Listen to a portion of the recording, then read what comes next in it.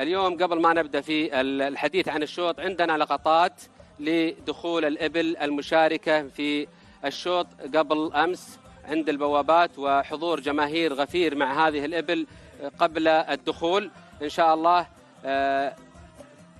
خلونا نشوف اللقطات دخول الإبل المشاركة في هذا الشوط.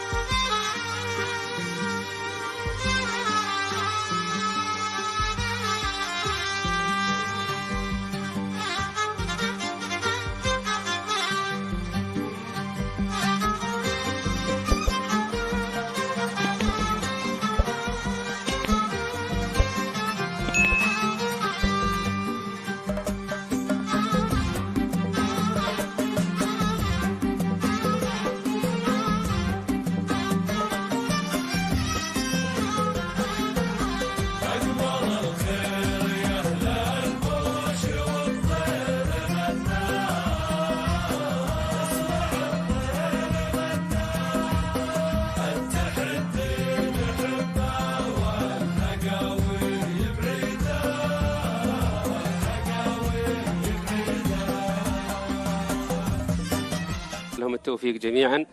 قبل ما نبدأ في خضم شوطنا اللي كلنا ننتظره، استحداثات نادي الإبل لتطوير مهرجان الملك عبد العزيز مستمرة دائما، ومن ضمن هذه الاستحداثات علم الخوارزميات واستخدامها في عملية تحكيم الإبل، واللي أعطت صدى وانطباع ممتاز جدا عند الملاك وأريحية وقناعة تامة. خلونا نشوف هذا التقرير عن علم الخوارزميات.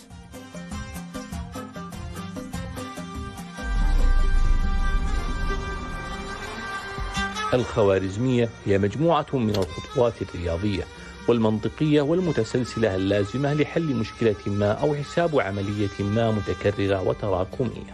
وسميت الخوارزمية بهذا الاسم نسبة إلى العالم أبو جعفر محمد بن موسى الخوارزمي الذي ابتكرها في القرن التاسع الميلادي. وتتكون العملية من 3 مراحل، وهي التسلسل، الاختيار، التكرار.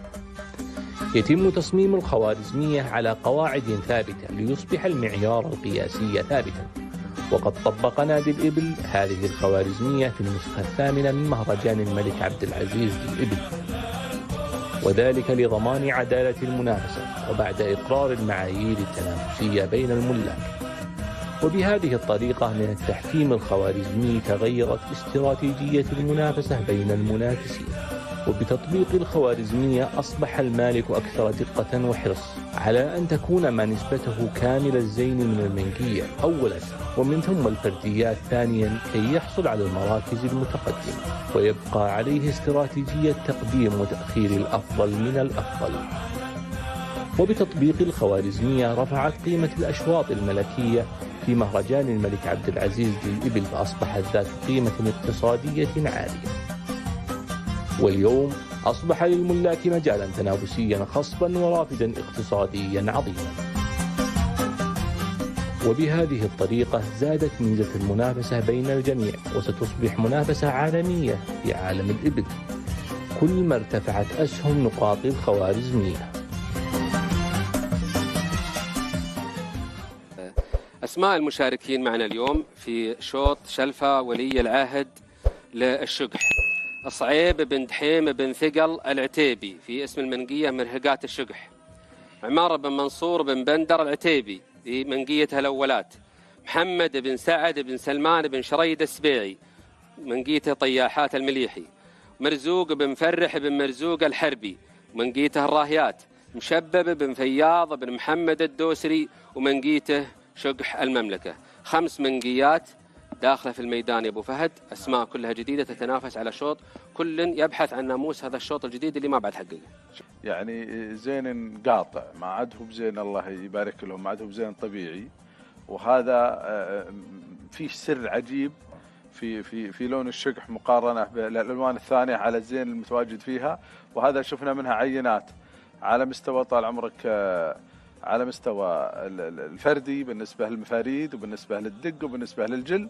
جاتنا البوادر والحضور وشفنا الزين، ولكن اليوم بداية في جمل الشقح اللي هو شلفة ولي العهد، هذه من الاشياء اللي بنستمتع فيها اليوم، ومن القوه اللي بتحضر معنا. من بوادر الزين بعد يا ابو فراج نشوف عرض الهجانه في الميدان. هذولا والله نصبح عليهم بالخير ونحييهم ويونسون وشوفتهم والله انها ترد الروح.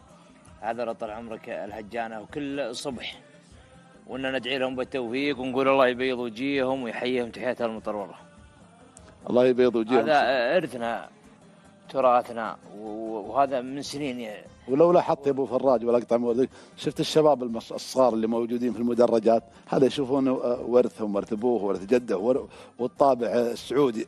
من اول شيبان الملك عبد العزيز طيب الله ثراه وحد الديره على الهجن. هذا ارثنا اللي احنا ما نستنسخ منه، لكن ودنا كان اني انا وبن جوفان نسابق ابو فراج وبن على مطايا. على مطايا والله من قرب الطيحه عند الربع ذولا.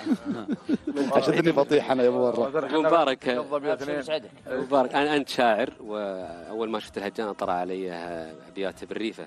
ايه يا ما يقول يلا انا طالبك حمرا، يلا انا طالبك حمرا هوا بالي، روح حمرا من الجيش طفاح جنايبها. الله طلع علي علم من اعلام الشعر بالريفه، والحمد لله انه خلف لنا فلاح بالريفه. ربط الشعر بالموروث وانها كانت هي الوسيله. اليوم يقول روح مثل القطا صوب الثميله ضمر تضفي عليهن العباتي. وردوهن هيت واخطاها الدليله والموارد دون هيت مقضباتي. يا سلام يا سلام يا سلام. ابو فراج مالك تجربه مع ركب الرحول؟ لا والله يا طول العمر كلبوهم بدو ويركبون، لكن احنا طال عمرك الهجن اليوم طال عمرك الهجان ودنا منهم خلصوا معيوف بيركبوا خالد بن جوفان، وانا والله طيحتهم بس ابشرك طيحتهم في دكاكه. انا والله ودي انهم حول العرومه ولا حول ما حد براك عشان لا طاحوا وله يبين طيحتهم من قبلكم انتم بن عجام. ابو فراج بدري مع الصبح. اي مع الصبح ما نبي الضحى على ولا الظهر، يعني الطيحه حاصله. لا هم شيبان واهالخبره. السنه الجايه بتروح ثنايا لازم يشتري مني ومن فلان ومن فلان 5 جذعات 6 جذعات. اشواط هدفها المباشر خدمة أهل الناقة، خدمة المنتجين، تصب في صالح المنتج. شكرا نادي لبل على أعظم الأشواط، شوط شلفة ولي العهد الأمير محمد بن سلمان، وشوط المفاريد اللي على طول هدفها المباشر نفعة منتجين على ما قال أخوي أبو ركان بنوك الإنتاج. أبو فراج نشوف دخول الحلال البل على الشاشة. الله يحييهم. والله هذه نشوف عرضه عند الحين ما شاء الله تبارك الرحمن. اليوم طال عمرك حضروا الصفوة. هذا مرزوق يا ابو فراج. هذه اللجنة بعد نصدق. هذا مرزوق بن مفرح بن مرزق الحربي الجميلي، واسم المنقية الراهيات. ما شاء الله تبارك الله. الله يبارك له ما شاء الله. هذا من ضمنها الفرديات، بعضها متوج في شوط الدق وبعضها متأهل.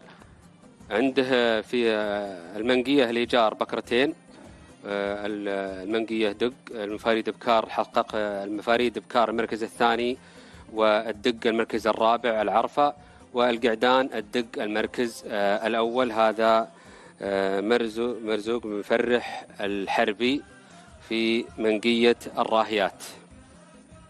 حضر زين ولا هو بغريب من قيض، وحنا نسمع مشترواته واليوم شفناها، ومشترى السعادية مرزوق. والله يبارك لك انت وجميع زملائك. شفت الحين يا ابو فراج لو المنقية اللي قدامنا ابو مبارك، هذا محمد بن سعد بن سلمان بن شريد. اسم المنقية طياحات المليحي، والسلالة على حاكم الرمانات. ما في إيجار وكلها دق. مشاركاته من أيام مرقيبة حقق المركز الثالث في 30 المرصص، والمركز الثالث النسخة الثانية، المركز الثالث تلاد في النسخة الثالثة، المركز الثالث في كاس النادي، النسخة الرابعة المركز الرابع كاس النادي، النسخة الخامسة المركز الرابع كاس النادي، والسادس شلفة ولي العهد، والنسخة السابعة المركز السابع بداوة. سيفي كامل من الانجازات بن شريد. طبعا انا ترى ما اقول لك عاطفتي اللي يكون معنا دائما من مرقابه الين مهرجان الملك عبد العزيز. السن يحن يا ابو مبارك. ايه نعم إيه في الستينات الحين. نحيي والله بن شريد ونقول نطالبك يا بن شريد انك كل سنه تكون موجود ما شاء الله. هذه انتاج اكثرها، الله يبارك له. ودائما انبسط اذا شفت اهل الانتاج يداحمون اهل المشتريات. طبعا اكيد انهم نطعم بشراء، اتمنى له التوفيق والزملاء من ام مرقيبه، والنسخه الثانيه والثالثه والرابعه والخامسه استمراريه ما هي بسهله، ووجوده في الشوط، وتواجده بعد ترى دايم في الحمر بعد وفي الشقح كلهن يتواجد فيهن، وحضوره طيب. بن شريد ترى من الاسماء المليحه، من الاسماء الكبيره اللي لها انجاز، وحضوره اليوم وتأهله للنهائي والعرض، والمشاركين اللي معها أغلبهم مشتريات مليونية، وجاي اليوم ينافس معهم على المراكز. فأبو سعد حضوره أكيد مثل ما عودنا دائما، الله يوفقه جميع المشاركين. شوف هذا شيء طيب اللي هي الاستمرارية يا أبو فهد. التواجد في الميدان وكل زمان تعدل وتحاضي على حلالك وتزوده وترتب وتعدل، والتواجد دائما ما يطور حلالك. اليوم التواجد في هذا الشوط، شوط شلفة ولي العهد، اليوم احنا اليوم نبارك لكل مشارك في هذا الشوط تواجده في هذا الشوط اللي يحمل اسم كبير علينا سمو ولي العهد الأمير محمد بن سلمان. انك مشاركتك في هذا الشوط فهذا بحد ذاته انجاز كبير. وش فهقت من الحلال اللي وراك لين وصلت هذه المرحله. الوصول سهل، ولكن الاستمراريه اصعب من الوصول. صحيح. ومبارك هذه منقيه صعيب بن دحيم بن ثقل العتيبي. اسم المنقيه مرهقات الشقح، السلالات على الباتل ورمان، وما فيها ايجار، كلها دق.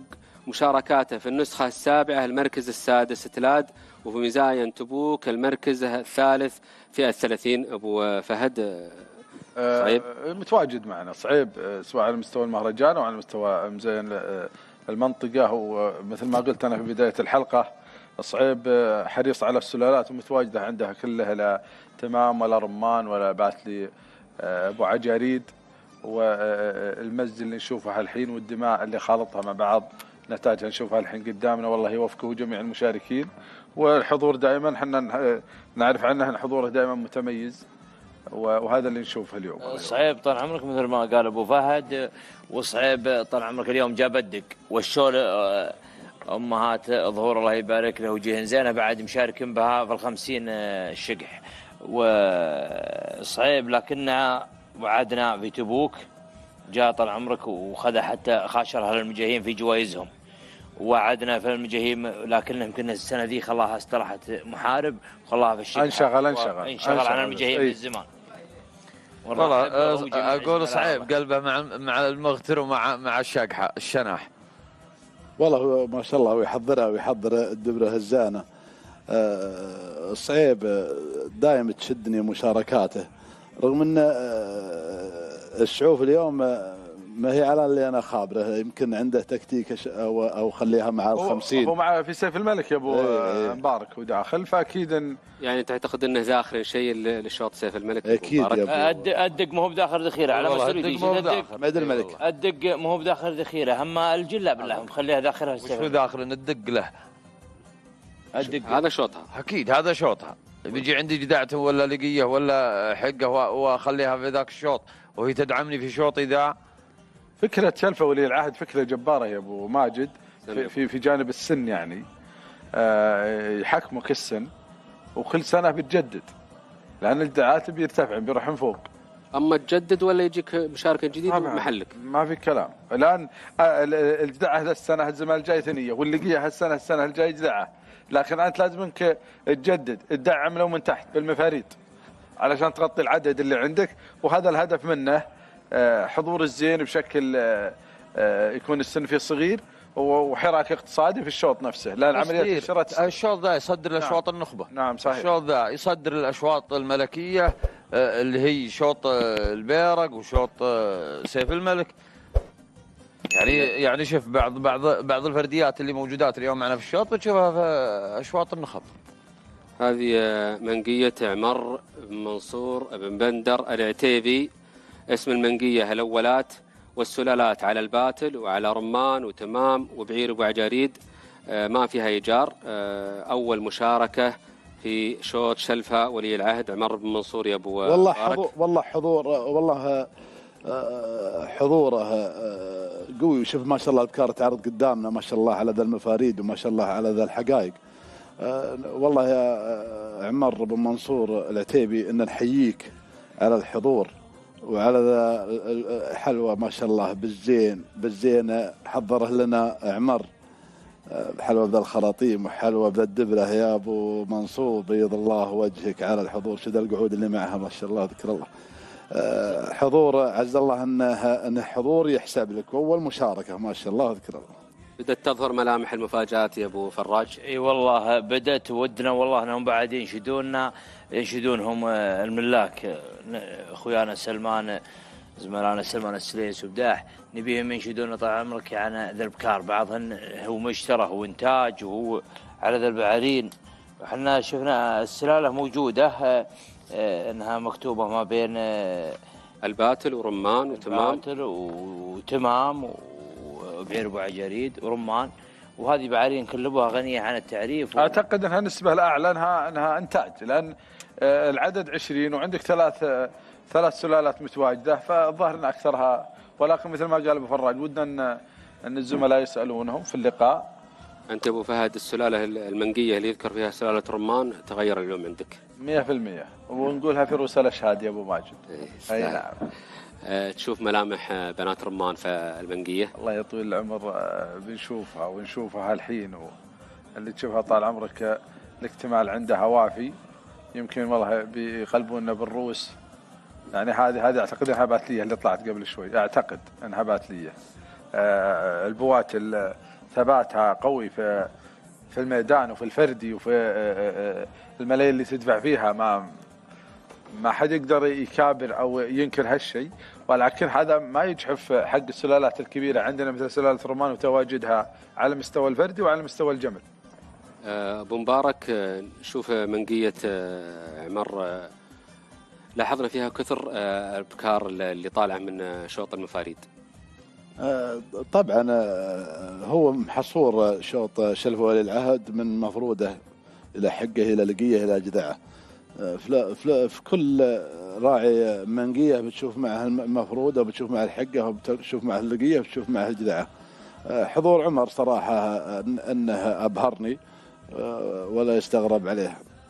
حضر الحين فياض مشبب من فياض يعني. نعم، هذه منقيه مشبب من فياض الدوسري، شقح المملكه اسم المنقيه. فيها سلالات متنوعه وفيها بكرتين ايجار، واول مشاركه في شوط شلفه ولي العهد.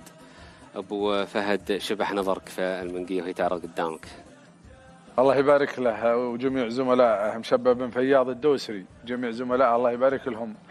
المنقيه هذه اللي مهي بلافت الانتباه الى مرت عليها، هذا قلبه ما من قلب. الله يبارك له وجميع المشاركين. حضر الحضور القوي، حضور المنافس وليس المشارك، وهذه بنشوفها بعد شوي.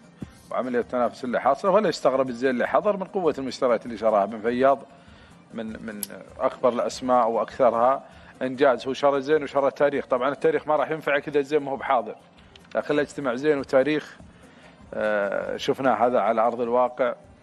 والله يعين اللجنه. تبين عاد اعلمك، الله يعين اللجنه. ما بدات تتضح الرؤيه ابو ركان؟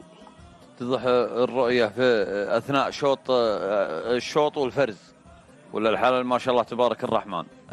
حتى الرؤيه اللي حنا الحين على قناعه فيها او شفناها وخذينا راينا المبدئي اللي في خطرنا، لكن يبقى الشبوك هي الفيصل. الدخول الحلال والمقارن هو اللي بيحسم الجدل كله. أنا أقول سلامي عليك يا مشبب على هالحضور الناري، وسلامي على مستشارك. حضور فرديات حضور قوة، حضور زين، حضور يحسب له حساب في الميادين. نشكر مشبب بن فياض الحراجين على الحضور النخبوي بالبكار النخبويات. هذه ينطبق عليها يا ابو مبارك ابيات مباركه بالرادعه، يقول البل من اول الى ذا الحين ما هي بسهله ولا برخاص، في شفها نتعب الجيبين جيب الدراهم جيب الشاص. جيب الشاص. عز الله مبارك بالرادعه العرجاني. هنا ونعم شاعر وصافي وبيض وجهه. عليكم زود يستاهل. كانه وصف حاله التنافس اللي حاصله في الشوط في الايام اللي فاتت. اتعب والله والحلال الحلال قوي، الحلال قوي واعتقد ان الامور قامت شبه تتضح. اتضحت عندك الرؤيه ابو فهد؟ شبه. انا اقدر والله نسبق الاحداث، ولكن انا اشوف لي موارن كان دربها واضح للعيان. طيب ابو فهد، الحضور الجماهيري اللي جاء في الشوط والزخم الاعلامي الكبير اللي حصل قبل الشوط، هل هو يمثل ضغط على الملاك سواء سلبي ولا ايجابي؟ كلها موجوده. ان بغيتها من الجانب الايجابي محبه الناس والحضور، وهذه باغلى الاثمان ما تندفع فيها علشان الحضور اللي جاك. وان بغيتها بالجانب السلبي فهي ضغط عليك انك تجتهد اجتهاد كامل علشان جمهورك اللي حاضر، وتحرص حرص ان الامور كلها تكون على اكمل وجه. او المشتريات اللي تكون بتقديرنا غير موفقه. عمليه الشراء اللي تحصل لازم يؤخذ في الاعتبار، لا نحمل التلجين الامر إلى ما الله قسم له فاز من التغذية العقلية اللي قدوها اللي عنده واللي يشترون. احنا شرينا ورتبنا، ولكن اللجنة لكن من ضمن إيجابيات الخوارزميات يا أبو ماجد اللي احنا نشوفها الحين، التحكيم قدام الجمهور وقدام العالم وقدام الناس، كل الراضي كل الراضي. نعم. لجنة التحكيم الآن بدأوا في تحكيم الجولة الأولى، نصبح عليهم بالخير، وندعي للجنة التحكيم بالتوفيق وللمشاركين في بداية جولات شلفة ولي العهد في الشقح. اخواني المشاهدين، للإبانة أن النتائج اللي تظهر في كل جولة هي نتيجة الجولة، يعني كل متسابق تظهر نتيجة الجولة ياخذ الأول في الجولة، ولكن فيه نقاط، مجموع النقاط لجميع الجولات هي اللي يكون عليها الحسبان والفارق في النتيجة النهائية. الجولة الأولى لجنة التحكيم الآن تحكم الشبك الأول أو الجولة الأولى. كل مالك يقدم من منقيته للشوط اللي يرى أنها تخدم في هذا الشوط. التكتيك في المرحلة هذه ما ينفع إلا أنك تقدم أندر حلالك في هذا الشوط يا أبو مبارك للجولة الأولى. الجولة الأولى أكيد كل منهم بيدز أطيب ما عنده من الحلال. أول شيء نرحب بك يا صهيب للمفاريد. وغير كذا يا أبو فراج، أنت كيف بتقيم القعود مع البكرة؟ شلون بتقيم؟ صحيح. قرارات النادي التطويرية دائما تصب في مصلحة الملاك. نعم. وفي أحقية وعدل المنافسة بينهم. لأن النادي يا أبو ماجد ما قصر، حط للمفاريد شوط. صحيح. جيب أزياء من قعدانك وتعال، وحط له الدك كذلك، وحط له البعير المنتج كذلك. أنا بعد لو إنه بعير مهم منتج شخصيته، أنا ما لي لزوم في شخصيته. كذلك فهد بن فريج نرحب به، وقد خذ السيف المشارك المثالي. يا مرحبا يا ابو فريج، وان شاء الله ان نشوفه يشارك. بارك. احمد عزيز تفضل. الشبك الرابع ونتيجة هذا الشبك في هذه المنافسة الكبيرة بين شقح المملكة والراهيات على المركز الأول. وين الصدارة والمركز الأول ما زالت مع شقح المملكة تتصدر حتى هذه الجولة في المركز الأول، وفي المركز الثاني الراهيات، وثالثا الأولات، ورابعا مرهقات الشقح، خامسا طياحات المليحي. وعود لك يا ناصر الشريف. نعم أخوي أحمد، شقح المملكة تحقق المركز الأول في الشبك الرابع. الراهيات المركز الثاني، الأولات المركز الثالث، مرهقات الشقح المركز الرابع، طياحات المليحي المركز الخامس. نعيد ونكرر التنويه للمشاهدين للملاك للجمهور، الرقم الموجود الآن هو تحقيق المركز في الجولة، ولكن تبقى الفرق في النقاط اللي موجودة في أسفل الشاشة.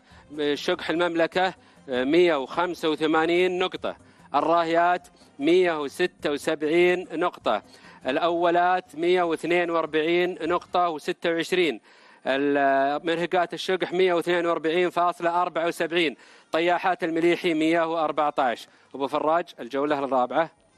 وين المركز الأول مع الراهيات يا الحربي؟ المركز الأول هذه الجولة مع الراهيات المملوك المرزوق بن مفرح بن مرزوق الحربي. هل يفرح جماهير بن مفرح في هذا اليوم مع حضور الراهيات وتواجدها والمنافسة الكبيرة مع شقح المملكة؟ البطاقة التعريفية مع ناصر الشريف.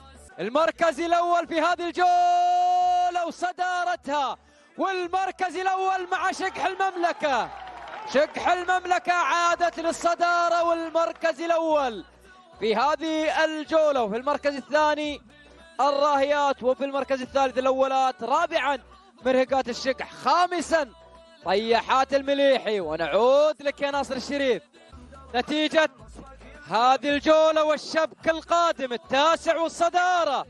المركز الأول مع شقح المملكة، المركز الأول صدارته، والمركز الأول مع شقح المملكة المملوكة المشبب بن فياض الحرجين الدوسري. المركز الثاني الراهيات، ثالثا الأولات، رابعا مرهقات الشقح، خامسا طياحات المليحي. ونعود لك في الجولات اللي فاتت هذه كم جولة، إذا استمر إلى 4-5 جولات مثل ما قلت، ويكون المركز الثاني في تنافس بينه وبين الراهيات في قادم الجولات، يمكن الأمور أعتقد أنها بتكون اتضاحها بيكون بين يعني، لكن مو بالحين صار فيه تباعد. قبل شوي كان تباعد بيتضح أكثر الآن مع أحمد عزيز في الشوط العاشر. يا أحمد، جولة منتصف الطريق، جولة الشبك العاشر والمركز الأول والصدارة في هذه الجولة. المركز الأول مع الراهيات، الصدارة في هذه الجولة. الجميلي عاد للصدارة في هذه الجولة، ومنافسة كبيرة وتحدي كبير مع شقح المملكة التي تحتل المركز الثاني. ثالثا مرهقات الشقح، رابعا الأولات، خامسا طياحات المليحي. وعود لك يا ناصر. نعم أخوي أحمد، الراهيات تعود للمركز الأول في الشبك العاشر، وتعود للمركز الأول في مجموع النقاط ب 422.15. شقح المملكة ما بعد بانت، وهذا من قوة الشوط يا أبو ماجد إلى الحين، والله ما بدأت اتضحت، لكن يمكن بعد ال 15 عطنا إلى بعد ال 15. هذه في المركز الأول والثاني إلى بعد 15، لكن في الثالث والرابع أعتقد أنها والله الثالث والرابع قبل شوي مرهقات الشقح أخذت الجولة الثالثة، وصار الفرق بسيط الحين، أبعدت الأولات منهم، ولكن الجولات القادمة بتبين الأمور كلها. أبو فراج، الفرق بين الأولات ومرهقات الشقح بدأ يتغير وتزيد النقاط بينهم. نعم طال عمرك، وهذا اللي احنا متوقعينه، وهو يصير، وهو بيعتمد طال عمرك على ترقيمهم بعد لبكارهم، وش حضورهم، وش ردوا ورا ولا قدام، كلن على ما قال بيبين عقب شوي. فراج، قدامنا الشاشة أنا أشوف أن لجنة التحكيم الآن في موقف حرج. احتمال الزين في البكار المشاركة في الشوط 12 يعطيك دلالة على قوة التنافس في الشوط. والله يا أبو ماجد، هالحين أنت تشوف من اليوم الأول الحربي، عقبه الأول مشبب، بعدها الحربي، هذه طال عمرك منافسة. الحين 6-5 يمكن، وفي الثاني والجولة الثانية 6-5، يعني النتيجة كلها تنافس قوي، وهذا ندلدل على قوة الحلال ونقول بيض الله وجيههم. يكون في فرق. احنا في الشبكة 12 كل منهم باقي عنده 8 ابكار. الراهيات الحين تسيد الاشواط ب 502. المركز الثاني شقح المملكة ب 494. الأولات إلى هالحين المركز الثالث. هذا طبعا صحيح الراهيات وشقح المملكة بينهم 7 نقاط. في الثمان شبوك اللي بيعتمد على الشبكة الأول بيكون يحسمها له، وهذا حسب الندر اللي هم حضروه. هم يعرفون حلالهم والعرب بعد يعرفون حلالهم. نلاحظ بين الأولات ومرقات الشقح يا أبو ماجد قبل شوي كان الفرق حوالي 18، الحين اللي بينهم تقريبا 13 نقطة، فما بانت الرؤية الحين في ال 13 ما بانت. بدأت حتى تكون فيه عدم وضوح في الرؤية بين الثالث والرابع. يا راعي الأولات مرهقات الشقح بدأ يزحف ويجيك. لا تامنه. تدري يا ابو فيها ضبابية لها الحين. يا ابو فهد اللي بيكون من شقح المملكة والراهيات اللي بيدخل الحين الشبوك هذه باقي 8 شبوك، اللي بيدخل طال عمرك ابكار من حلاله واقوى بيكون له كلمة الفصل، لكن اللي بيجيب له اقل يمكن يجي له. تحية لجمهورنا، الشيلة هذه تحية للجمهور اللي كان له دور كبير قبل الشوط واليوم اثناء الشوط. الصوت لهم. يوم الموحد في ظهرها شيد الصالح المجيد والمملكة عام صحاريها ولم ديارها. عن جو بتعب، جو بمشترى، جو بانتاج. انا احيي هالانتاج اللي دخلوا في شوط فيه ملايين وقوه وحماس. نتمنى لهم التوفيق كلهم. انا اخوي ابو مبارك ابغى اشوف نتيجه الشوط الجاي بعد مكالمه عمر بن منصور، نبغى نشوف نتيجتها في الشوط الجاي ان شاء الله. عمر الى الحين هو متسيد على الشبكه المركز الثالث. صهيب الشباني اكيد له كلام. اليوم كل واحد بعدته جاهز وله بداخل شيء على ما قالوا شيبانا، ما عاد فيها مذخور. التغير بيحدث الان مع احمد عزيز الشوط 14 يا احمد. شكرا ناصر الشريف، اهلا بكم متابعي قناه الصحراء. نتيجه الجوله الرابعه عشر في هذه المنافسه الكبير، المركز الاول في هذه الجوله مع شقح المملكه صداره مع شقح المملكة في الجولة الرابعة عشر 571.77 الراهيات. في المركز الثاني 574.88. ثالثا مرهقات الشقح. رابعا الأولات. خامسا طياحات المليحي. وعود لك يا ناصر. ما نعم اخوي احمد. اذا راعي الاولات ما عاد عنده اوراق، اذا عنده اوراق بيكشفها بيبعد، ما عاد عنده اوراق تو مرهقات الشقح واصلك. يعني الثالث والرابع من الجولة 15 تبدأ تصير الفروقات واضحة؟ تتضح الرؤية عندك؟ يمكن أبي منهم جولتين بس، الثالث والرابع. جولتين انتهينا، كل شوي تزحف. ما أنت مقصر، إلى إن شاء الله نوصل ل20. شقح الجزيرة والراهيات الترابط قوي جدا والفرق 3 درجات. لله دركم، عز الله بيض الله وجهكم جميعا على الحضور وعلى الشراء وعلى الترتيب وعلى النوادر والفرديات اللي جبتوها. شقح المملكة المكالمة هذه بتسوي بالشوط الجاي شيء؟ ممكن إذا بعدها ابتسامة ممكن يكون فيها.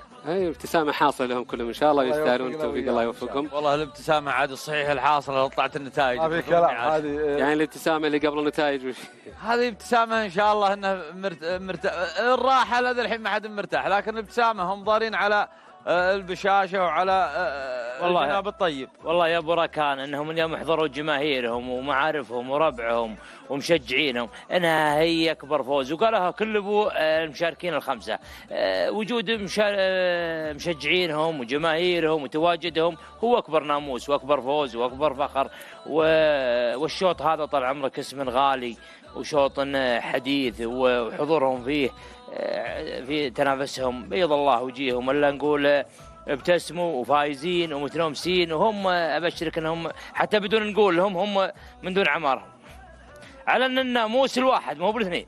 يستاهلون الناموس كلهم، حضروا زين ويستاهلونه. متنافسين وكلنا متنافسين في شوط باسم سيدي ولي العهد. هذا هو الناموس، الحضور، الرجال اللي يحضر على ما قالوا الحلال الطيب الراهيات في المركز الأول في الشبك 15 و612 نقطة فاصلة 61. شكح المملكة المركز الثاني في الشبك 15 و607 درجات فاصلة 19. تزايد الفرق بين الأول والثاني أكثر من 5 درجات. المركز الثالث الأولات 485.38. المركز الخامس مرهقات الشقح 472.23. المركز الخامس طياحات المليحي بمجموع درجات 390.59. طياحات المليحي في الشوط ال15 حقق المركز الرابع. التفاوت في النتيجة هذه ممكن تغير بين المركز الثالث والرابع يا أبو فراج. نعم الآن شوف راعي طياحات المليحي تقدم في الجولة هذه. هذا طال عمرك دل انهم رادين بعض البكار الطيبة القوية يعني في الشبوك الأخيرة مثل ما كان مسويها راعي مرهقات اللي هو صعيب. الآن صعيب تراجع إلى الجولة هذه الخامس وهو رقمه حاليا الرابع. تزايد الفرق لو كان بسيط بين الراهيات وشكح المملكة يا أبو بركان. إذا تابعت معي الشوط تساوت الراهيات وشكح المملكة في الجولة العاشرة 5-5. بعدها حصل التساوي في الجولة رقم 14 اللي هي الجولة السابقة 7 نقاط. الآن في الجولة رقم 15 تقدم الراهيات أصبح 8 مرات المركز الأول بفارق 5 نقاط عن مشبب بن فياض.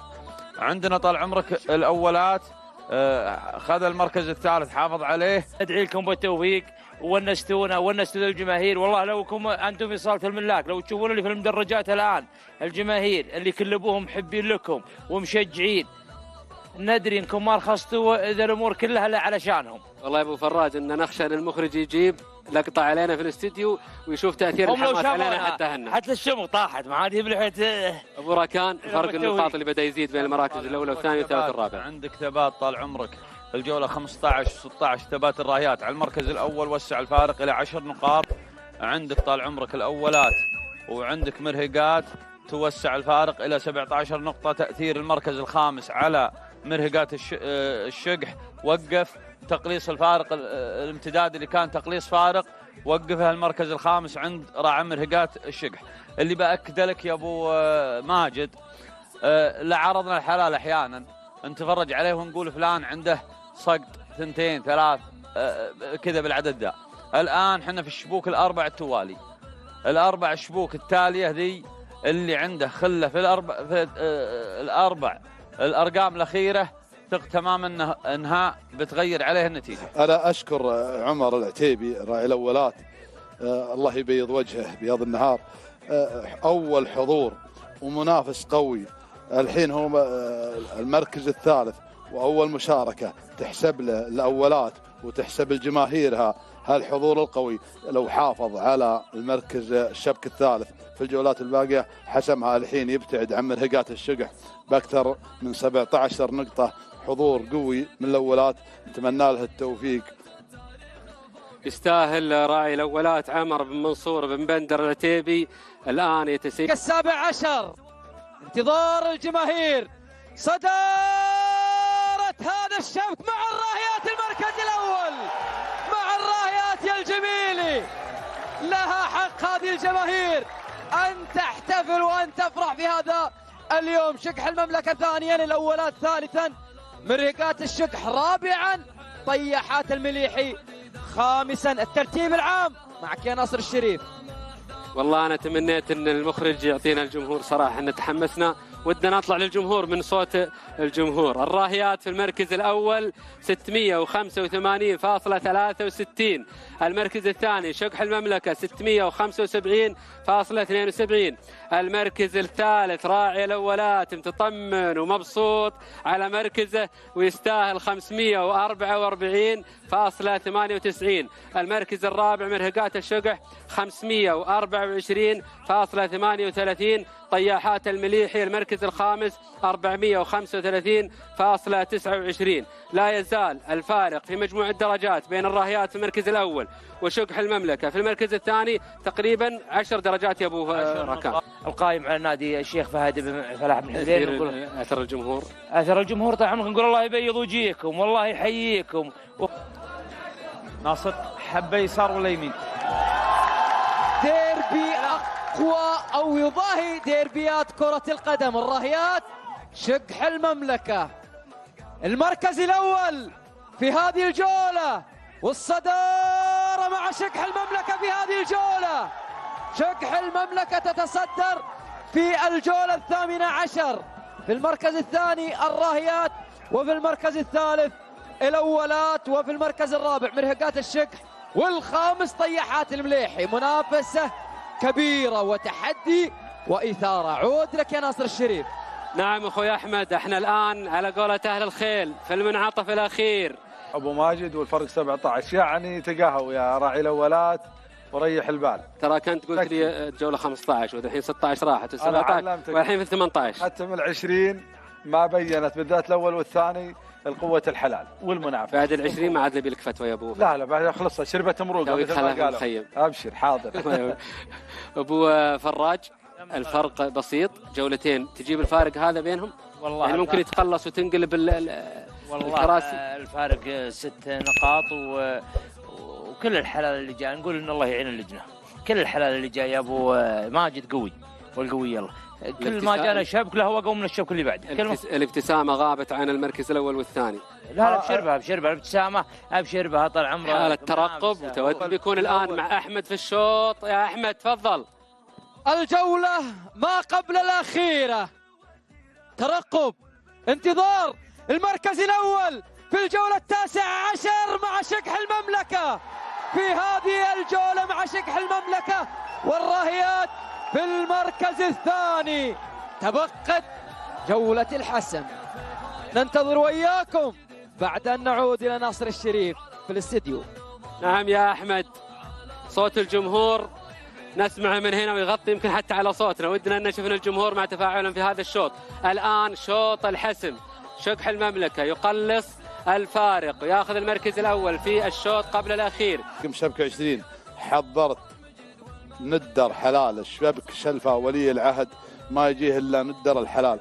إذا لا والله لا معك 3 أو 4 ما تروح لك ديرة أو تقول يعني إنها تعلق بالبل، ما فيها، ما عاد فيها نسك، فيها زين بزين، بكرة ببكرة. وهذا اللي شفناه. نحيي صراحة شقح المملكة ونحيي الراهيات على هالتنافس اللي شبك 19 ما بعد حسمت النتيجة. الأولات مبارك له على المركز الثالث اللي حضر وبقوة وأول مشاركة. شكرا لك يا عمر العتيبي على الحضور القوي ولا يستغرب منك. أنا أقول لشقح المملكة والرايات والله العظيم انكم فايزين في عيون جماهيركم وفي عيون المتابعين. أحييتوا الشوط، خليتوا الشوط مثل ما قلنا نار وشرار. أنا متأكد اللي بيفوز منكم بيبارك له الثاني. هذه أسلوبكم وعوايدكم وتقاليدكم، فلا يستغرب من أبناء المملكة العربية السعودية اللحمة وأسلوب الطيبة. أنتم وأهلها وأنتم جزء من المجتمع اللي تمثلونه بالعلوم الغانمة. أبو مبارك، حنا طال عمرك ترى بعد عندنا حنا نتكلم، وترى أخويانا البارح ترى فيه منافسة بعد، مثل اخويانا اللي حضروا امس مثل ما قال ابو فهد زملائنا مجلس الصياد. ترى مشاري تحدى اخويانا البارح كل ابوهم ان الحربي الاول، والعيال تكلموا بعد عن ابن فياض. عن اليوم حنا حتى بنشوف حنا ترى الربع ذولا يتنافسون، وحنا بعد بنشب على اخويانا في مجلس الصياد هذه الليله. ترى مشاري البارح يتحدى وتكلم. اسمع مشاري بيخالف العرب لو انها علويش، لو ممكن تقول هذا القدم خالفهم.